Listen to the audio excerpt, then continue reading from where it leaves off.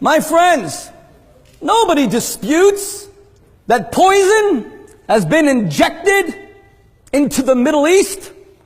The only question is, who is the serpent? And I've heard Catherine and Mishana tell me repeatedly that Hamas may be bad people, as if you can classify those who shoot gay men in the head as just bad people. As if you can classify those who aid and abet honor killings of Muslim women for doing nothing but falling in love, just bad people. As if you could excuse, for shame, those who took 21 innocent Palestinians on the last day of the war in Gaza, not Israelis, not Jews, and before the eyes of the world shot them in the head because they dared protest against Hamas. As if you can simply call them bad people. As if you could take an organization that would take Jews who live here in Great Britain, students at Oxford who happen to carry the name Jew, and write a charter calling for the extermination and annihilation of every last one, just bad people. My God, if a Jew did that, I would call it an abomination. If a Jew did that, I would be sickened and I would never defend it. And I would call it what it is. I would call it evil incarnate. But it's not Hamas's fault, you see. You see, Hamas is the serpent that was created by Israel. They've only turned to violence because of the occupation. They've turned to violence because of the military checkpoints and the human degradation. But I was on the panel with a man named the Dalai Lama. And you know what? He has been under military occupation by a country called China since, 1950. Even if you believe that the Palestinians are under military occupation, in that they honored the Oslo I and Oslo II Accords, where Israel gave Yasser Arafat control of 97% of the Palestinian population, which it remains till this day. And still, it turned out that Israel had lost 1,000 citizens, equivalent to 60,000 Americans, in 1 year, blown to smithereens. Maybe Israel has a right to be a little bit weary of these peace deals. But even if you say that Israel is completely occupying the Palestinians, why didn't the Dalai Lama start blowing people up? Why is he a voice for peace? You have no choice. Once you're degraded, you've lost all moral choice. You have to become a murderer. God Almighty, was anyone more terrorized than the people of your incredible country in the years 1940 to 1941 in the Battle of Britain? Was anyone more terrorized than the citizens of London who faced Hitler's Luftwaffe bombs on a nightly basis? Did Britain send suicide bombers into nurseries?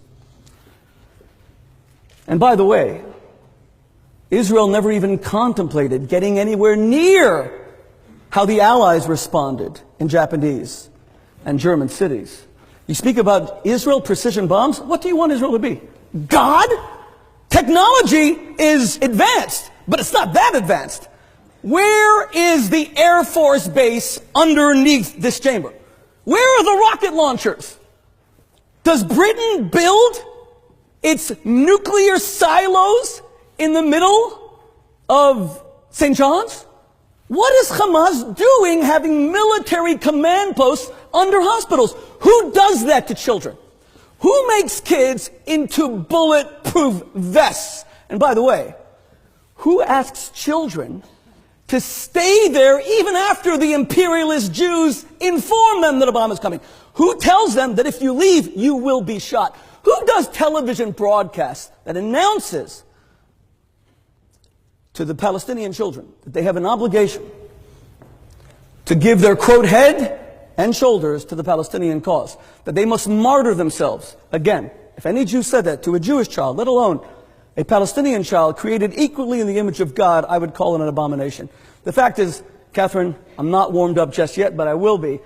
My friends, the fact is that Islam is a great world religion. And I'm not concerned about Hamas and Israel. You're correct, Catherine. Israel's a strong country. We learned after the Second World War we had no choice. We learned after seeing some of the reactions in the room tonight that we couldn't rely on other people to protect us. And God bless the IDF. But I will tell you, you know who I'm really worried about, to be honest? I'm really worried about my Muslim brothers and sisters. I'm worried about their peace. Israel is strong. It will be strong. It'll continue to be strong. It has no choice. But I ask you, who is going to protect Muslim women should Israel decide, should all the Jews in the Middle East decide, this is just too tough a neighborhood.